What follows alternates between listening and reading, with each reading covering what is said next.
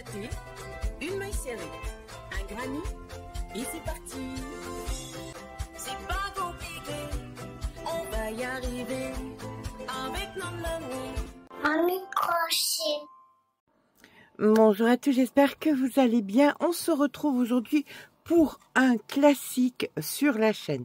Alors, je le remets parce que dimanche, j'ai fait une vidéo où je vous ai montré une astuce et tout le monde me disait « Mon Dieu, mais c'est génial, c'est génial, c'est génial !» Le fait est, c'est que c'est depuis 4 ans sur la chaîne et parce que vous êtes beaucoup de nouvelles, parce que on oublie, même moi j'oublie des choses. Donc je vous remets cette vidéo parce qu'elle est importante pour les petites nouvelles ou pour les petits poissons rouges comme moi. Allez passer un bon moment avec 10 astuces au crochet qui sont vraiment indispensables.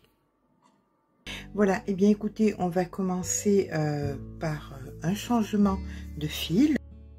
Disons que là, vous ayez votre fil qui, vous finissez la pelote, comme ceci, et là, vous allez devoir changer de fil en plein milieu. Donc, vous récupérez votre fil, vous venez le mettre comme ceci vers vous, vous prenez le fil de la nouvelle pelote, et là, vous allez le croiser, comme ceci. Voilà. Là, vous allez tirer un tout petit peu et vous allez maintenant venir travailler les deux en même temps. Donc, on prépare notre bride. Nous sommes sur des brides, mais ça peut aussi bien marcher sur de la maille serrée, sur de n'importe quelle maille. Donc, là, vous venez faire donc votre bride. Et on le tient et on continue à travailler.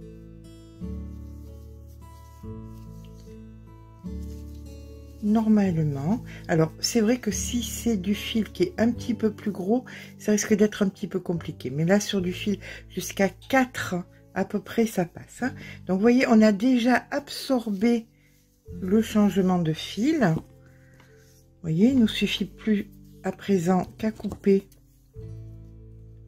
hop, à ras, et hop, ici à ras, et on poursuit donc notre ouvrage sans avoir de nœud dans ce dernier.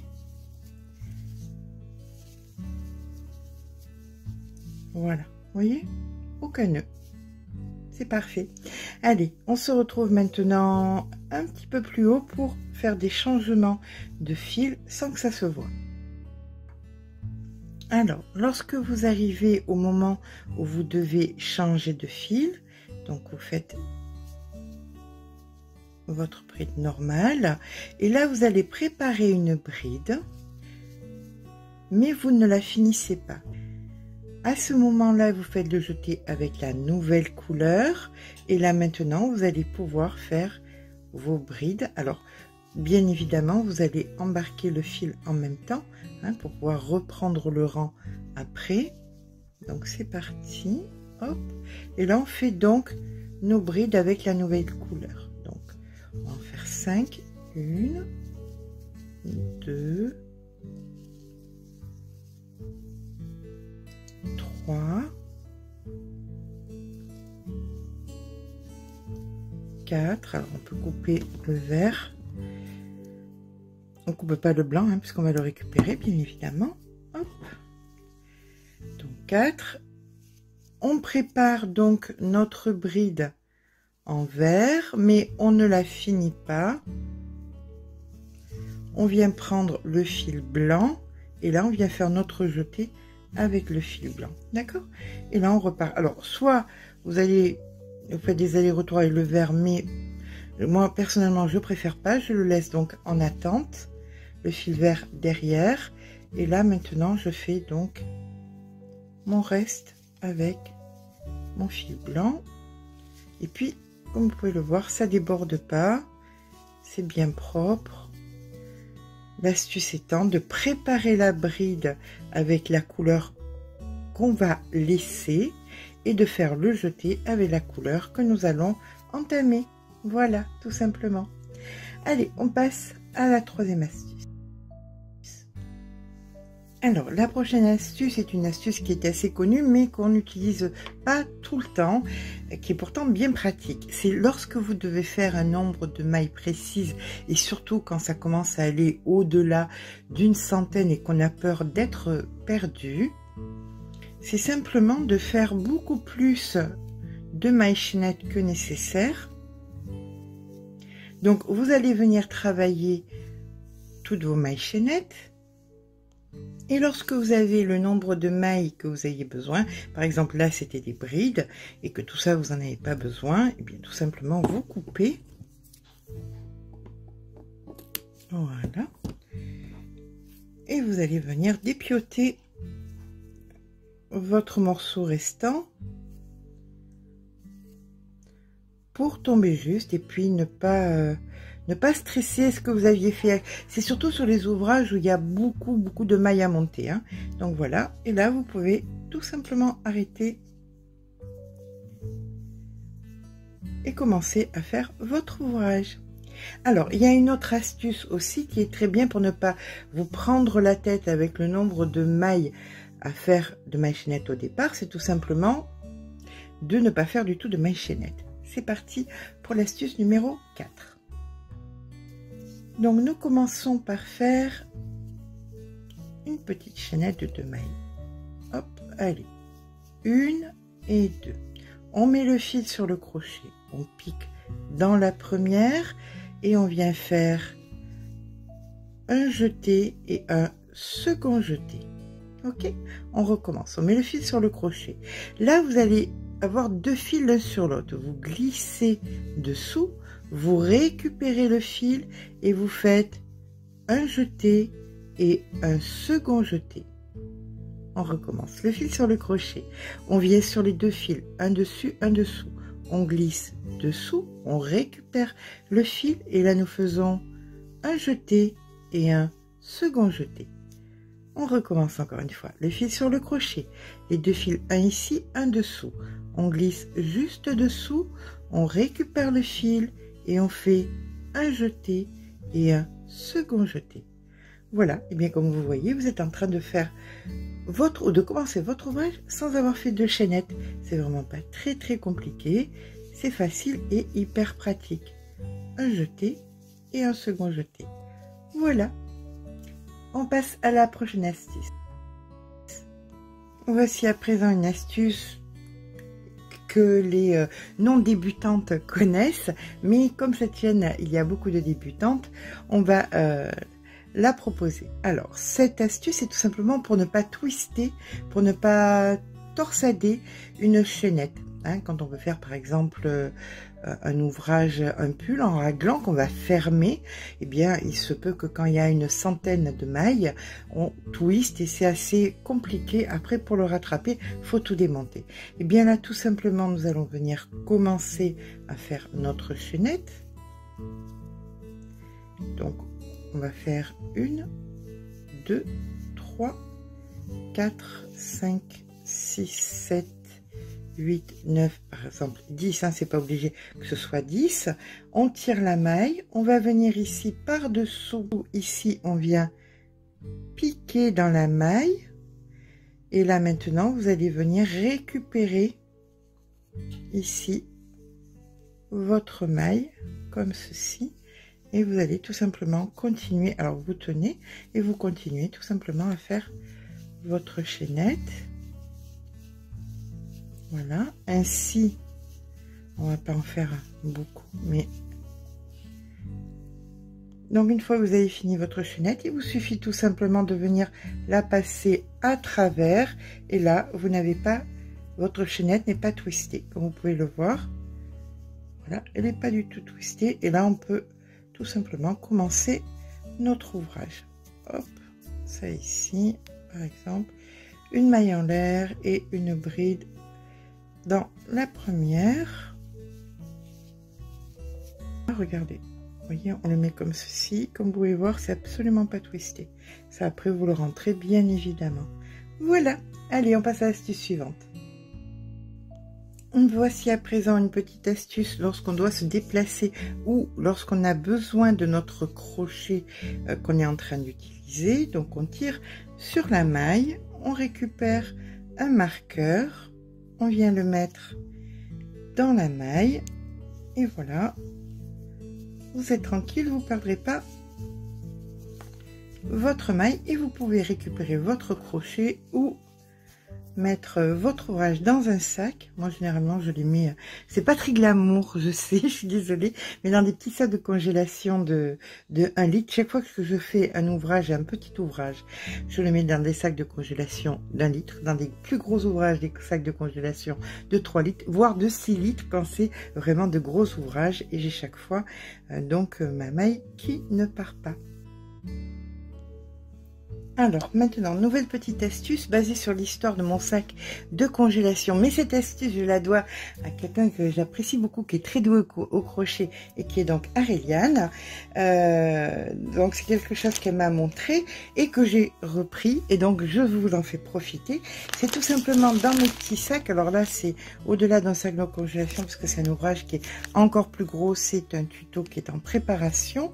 Je mets donc dans un petit sac donc mon ouvrage. Je vous montrerai pas ce que c'est une surprise, mais voilà, dans le sac je suis venue faire la photocopie donc de ce que j'avais prévu. Donc ça c'est le dessin que j'ai fait moi par rapport à mes idées, hein, comment je voyais la progression des choses. Donc je fais mon dessin, je l'imprime et je le mets ensuite donc dans mon sac de façon à ne pas perdre le cours de mes idées quand ça prend un petit peu plus de temps que prévu. Et ça pour tous les ouvrages. Donc j'ai plein de sacs comme ça avec soit les points, soit les... vous voyez, là il y a par exemple le point que je vais utiliser. Après l'idée que j'en ai. Et comme ça je perds pas le fil de mes idées. C'est important à mon âge. Astuce suivante. Alors tout à l'heure je vous ai montré comment commencer donc un ouvrage sans chaînette avec quelque chose qui donnait comme une demi-bride. Là je vais vous montrer comment commencer avec quelque chose qui ressemble à de la maille serrée. Donc vous prenez votre pelote comme ceci et vous allez mettre vous mettez du fil d'un côté, de l'autre. Vous voyez là par exemple, j'ai un peu exagéré, mais on va dire qu'on va mettre, disons, ça dépend de la grandeur de l'ouvrage. Hein. Là je mets à peu près 1 mètre, 1,50 m. Voilà. Ça dépendra de l'ouvrage que vous voulez faire. Donc là vous allez venir faire donc comme un début de chaînette en plein milieu. Ok. Maintenant vous allez récupérer, donc vous prenez votre index, vous le placez entre comme ceci. Et là, vous attrapez dans votre main le fil. Votre crochet, vous allez le passer à l'intérieur. Vous venez le mettre vers vous. Et là, vous allez récupérer le fil qui est derrière. D'accord? Et là, vous faites un jeté. Ok? On recommence. Votre crochet, vous le passez à l'intérieur. Vous le mettez vers vous. Et maintenant, vous allez récupérer le fil qui est derrière. Et vous faites votre jeté. On recommence. Votre crochet, vous le passez à l'intérieur, vous le mettez vers vous, et là vous allez récupérer le fil qui est derrière et vous faites un jeté. Une dernière fois.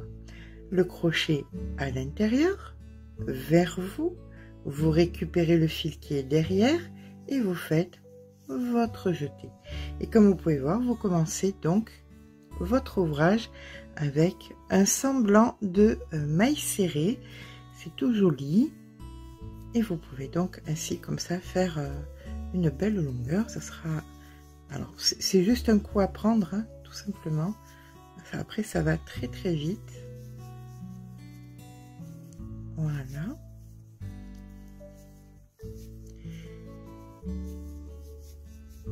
Alors le seul fait, c'est de mettre un petit peu plus de fil que ce que vous pouvez penser, de façon à ne pas être frustré qu'il vous en manque. Hein, d'accord? Voilà ce que ça vous donne. Et vous pouvez débuter ensuite votre ouvrage en faisant le retour donc en mailles serrées dans les petites mailles. Voilà, on passe à une prochaine astuce. Alors, petite astuce, lorsque vous finissez donc votre chaînette et que vous voulez donc rejoindre pour fermer votre cercle, pour ne pas créer une maille supplémentaire, vous allez tirer sur le fil, piquer dans la première ici, faire bien attention de ne pas twister. Voilà, le fil doit être au-dessus et là vous venez récupérer donc votre maille et vous passez à travers. Et là, vous n'avez pas créé de mailles supplémentaires. Vous avez exactement le même nombre de mailles que vous vouliez. D'accord? Ensuite, nous allons tout simplement donc faire une maille en l'air. Et dans la même, ça c'est ma façon à moi de faire, hein, qu'on soit d'accord. Je vais venir faire donc mon rang de mailles serrées. Voici à présent quelque chose qui m'est souvent demandé sur le groupe. Comment faire quand on crochette en rond un trait droit et non pas que ça parte de travers? Alors, il y a deux problèmes qui font que ça part de travers. Le premier, c'est que quand vous allez faire, par exemple ici, votre maille coulée et repartir sur votre travail, vous venez de créer ici une maille supplémentaire. Et chaque fois que vous allez travailler, chaque fois que vous allez monter, vous ferez une maille supplémentaire, donc ça va partir de travers. Donc immanquablement, déjà et de une, il faut à tout prix compter. Tous les 2 rangs, vous comptez vos mailles et vous vérifiez si vous en avez trop, pas assez, de façon à être toujours dans le bon rythme. Là, je tire donc ma maille. Ce qui va se passer, c'est que si vous piquez ici, vous allez encore une fois rajouter une maille. Pourquoi? Parce que les 3 mailles en l'air, c'était pour monter. Ce n'est pas votre maille. Si vous piquez ici et qu'après vous repiquez ici, vous rajoutez une maille. Donc là, c'était pour monter, mais la vraie maille, elle est ici. Donc vous allez récupérer et le mettre sur votre vraie maille qui est donc ici. Voilà, maille coulée, vos 2 mailles en l'air si vous le désirez. Et là, vous faites votre bride et vous repartez. Donc comme ça, vous allez tout le temps travailler, vous voyez, c'est droit parce que vous piquez au bon endroit, pas ici, puisque ça fait partie des 3 mailles en l'air et ça vous rajoute une bride, mais ici, puisque votre maille est ici, le début de votre travail est ici. Et en récupérant donc la maille par ici, vous ne rajoutez pas de mailles supplémentaires. Et donc, vous allez travailler tout en droit. Voilà, petite astuce. Eh bien, écoutez, j'espère que ces petites astuces vous auront plu. J'espère surtout qu'elles vous seront utiles. Si vous les connaissiez, marquez-moi celles que vous ne connaissiez pas dans les commentaires. Si vous en connaissez d'autres, n'hésitez pas à les mettre aussi dans les commentaires. Si ça vous a plu, laissez un petit pouce en l'air si vous le voulez bien. Mais surtout, abonnez-vous. Je vous fais de gros bisous et je vous dis à très vite.